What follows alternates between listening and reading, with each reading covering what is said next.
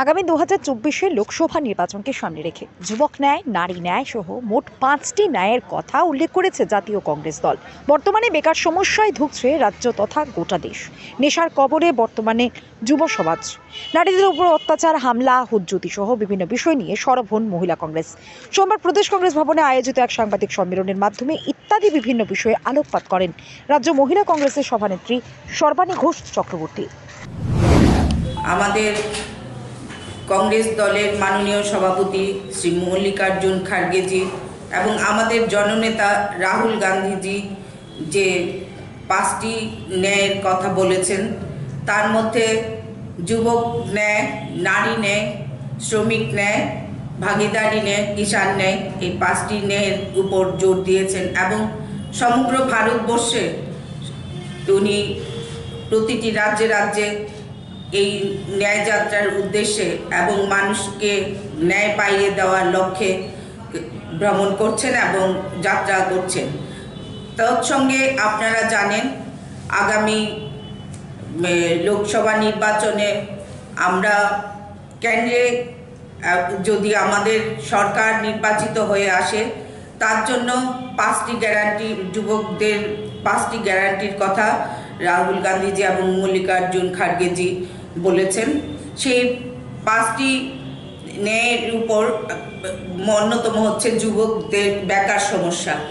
আপনারা দেখছেন সমগ্র ভারতবর্ষে, এমনকি আমাদের ত্রিপুরা রাজ্যে যে বেকার সমস্যা ক্রমে ক্রমে চরম আকার ধারণ করছে।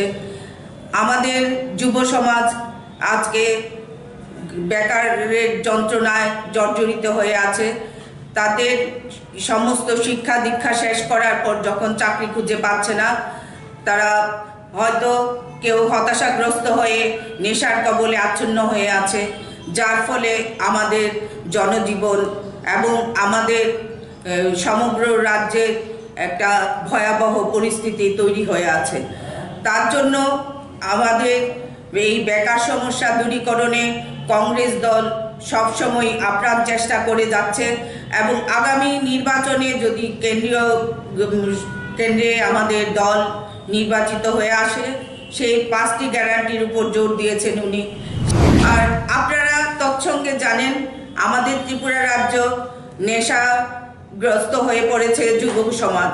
সেই যুব সমাজকে আজকে আমাদের তাদের জীবনকে সহজ সরল এবং সুন্দরভাবে গড়ে তোলার জন্য আমরা যেমন কংগ্রেস দল তাদের পাশে দাঁড়াবো, তার তৎসঙ্গে আমাদের এই সমাজকে এগিয়ে আসতে হবে এই যুবকদের হতাশাগ্রস্ত অবস্থা থেকে এবং নেশার কবল থেকে বের করে এনে তাদের সুষ্ঠু জীবনযাপনের জন্য কংগ্রেস দল বরাবরই চেষ্টা চালিয়ে যাচ্ছে এবং আমরা সেই উপলক্ষে তাদের বেকার সমস্যা দূরীকরণে আমাদের মাননীয় সভাপতি খাড়গেজি এবং রাহুলজি যে পথ নির্দেশ করেছেন, সেই পথ নির্দেশ অনুসারে আমরা আগামী দিনে আমাদের নির্বাচিত, আপনারা জানেন ইতিমধ্যে আমাদের পশ্চিম ত্রিপুরা আসনে মাননীয় সভাপতি শ্রী আশিস কুমার সাহা মহাশয় পশ্চিম ত্রিপুরা আসনে প্রার্থী হিসাবে মনোনীত হয়েছেন